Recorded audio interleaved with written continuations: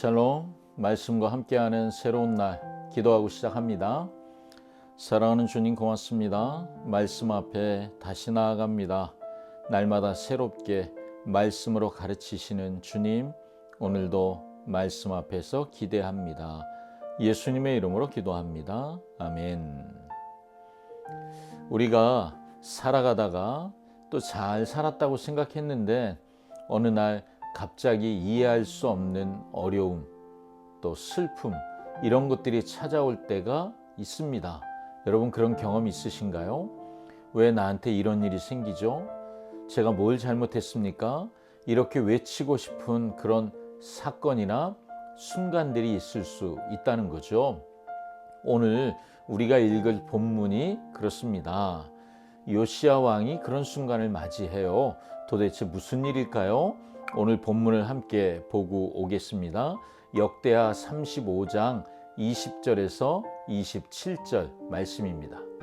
이 모든 일 후 곧 요시야가 성전을 정돈하기를 마친 후에 애굽 왕 느고가 유브라데 강가에 갈그미스를 치러 올라왔으므로 요시야가 나가서 방비하였더니 느고가 요시야에게 사신을 보내어 이르되 유다 왕이여, 내가 그대와 무슨 관계가 있느냐?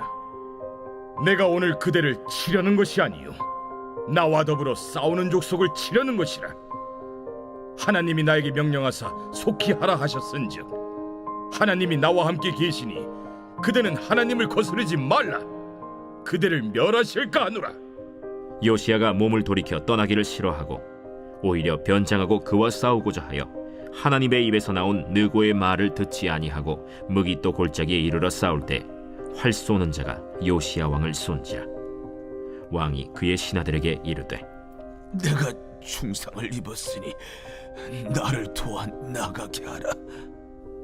그 부하들이 그를 병거에서 내리게 하고 그의 버금 병거에 태워 예루살렘에 이른 후에 그가 죽으니 그의 조상들의 묘실에 장사되니라.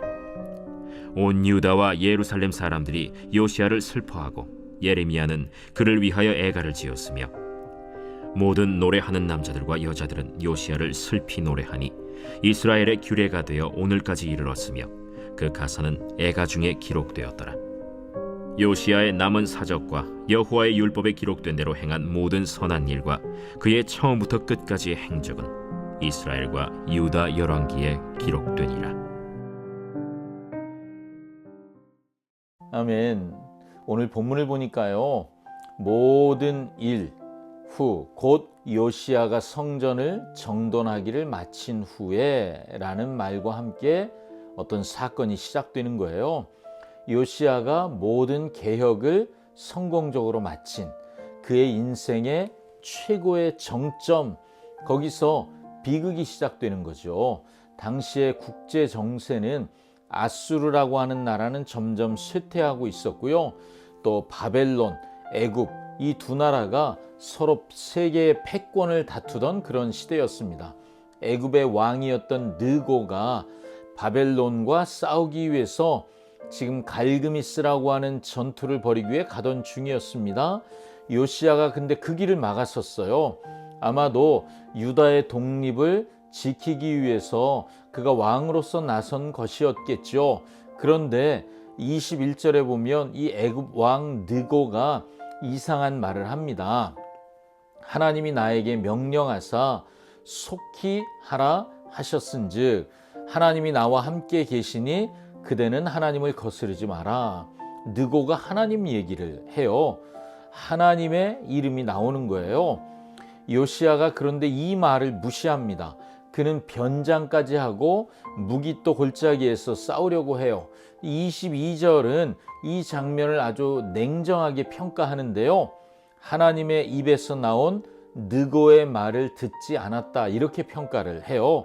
역대기 저자는 이방의 왕, 애굽이란 나라의 왕이었던 느고의 말이 역설적으로 하나님의 입에서 나온 경고였다, 이렇게 말하고 있는 거죠. 결국 요시야는 이 불필요한 전쟁에서 화살 한 방을 맞고 허무하게 죽고 말아요.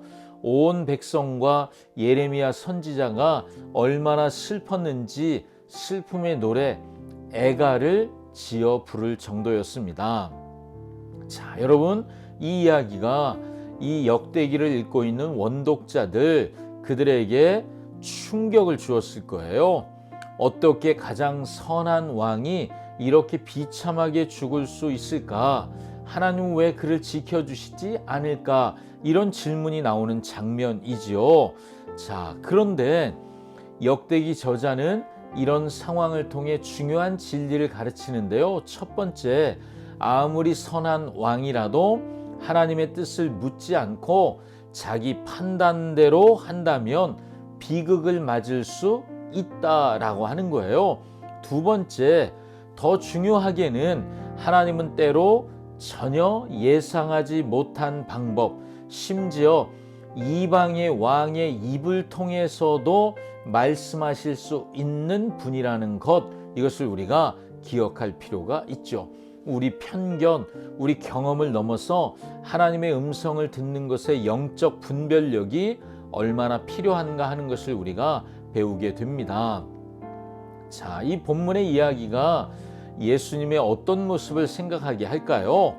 요시야의 죽음은 그의 실수 때문이었죠. 하나님의 경고를 듣지 않았잖아요. 예수님의 죽음은 그분의 실수 때문이 아니라 우리의 죄 때문이죠.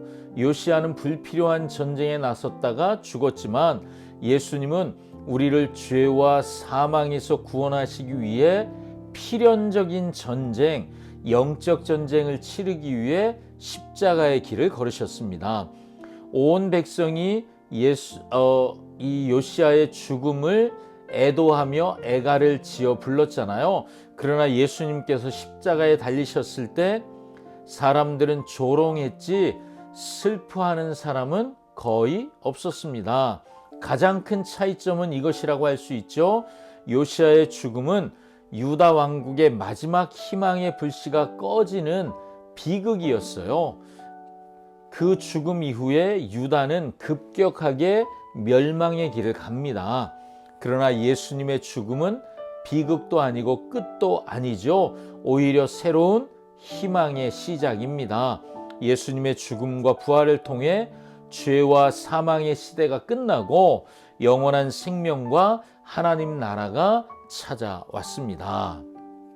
그러니 예수 그리스도 우리 왕이 우리와 함께 하신다는 게 얼마나 놀라운 복인지 우리가 다시 한번 생각해 보게 됩니다.